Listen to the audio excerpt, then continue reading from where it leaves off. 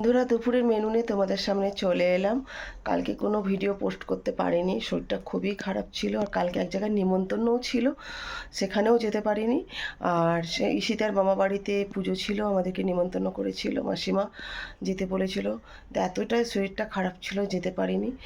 আর তাও মাসিমা প্রসাদ পাঠিয়ে দিয়েছে আমাদের জন্য। ঠাকুরের প্রসাদ পাওয়াটা ভাগ্যের ব্যাপার। যা হোক, আমাদের ভাগ্যে ছিল বলেই বাড়িতে বসে প্রসাদ পেয়ে গেছি। মাসিমা প্রসাদ খুব সুন্দর ছিল, আমরা সবাই খেয়েছি, আমাদের খুব ভালো লেগেছে। আর শরীরটা খুবই খারাপ কদিন থেকেই, জ্বর, কাশি, সর্দি, ঠান্ডা লেগে গেছে খুব। যা কাল থেকে অ্যান্টিবায়োটিকটা খাচ্ছি বলে আজকে একটু ভালো আছি। আর দেখো, হাঁপিয়ে যাচ্ছি কথা বলতে। আর হচ্ছে আজ দুপুরে কি রান্না করলাম চলো দেখাই। আর তোমরা যে অনেকে আমাকে কমেন্ট করেছো যে দিদি তোমাদের আমার ভিডিও দিয়েছিলাম, তাতে আমার গলার আওয়াজ শুনে অনেকে জিজ্ঞাসা করছে দিদি শরীরটা খারাপ কিনা। খুব ভালো লেগেছে গো, তোমরা অনেকে যে জিজ্ঞাসা করেছো। তোমাদের জন্য অনেক অনেক ভালোবাসা রইল। তাহলে চলো, আমি যে কী রান্না করেছি তোমাদেরকে দেখাই। দেখো, এখানে ভাত করেছি,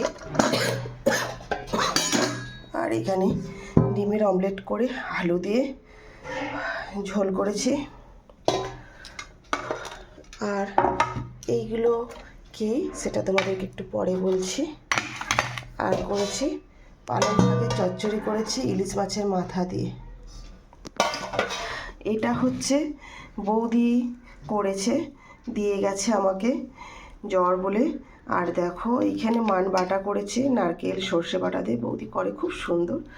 আর এইটা কি করেছে জানো তো, শুটকি মাছের তরকারি করেছে, পেঁয়াজ কালি, সিম, আলু, বেগুন দিয়ে। এটা তো অনেকে খেতে ভালোবাসো, আমিও খেতে খুবই ভালোবাসি। আর বৌদি রান্না করলে আমাকে দেয়, কেননা আমাদের বাড়িতে হয় না, বড়মশাই ছেলে খায় না বলে। আর আজকে দুপুরের মেনু দেখলে এটাই।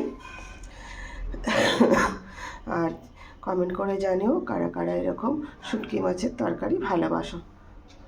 আজকের মতো টাটা।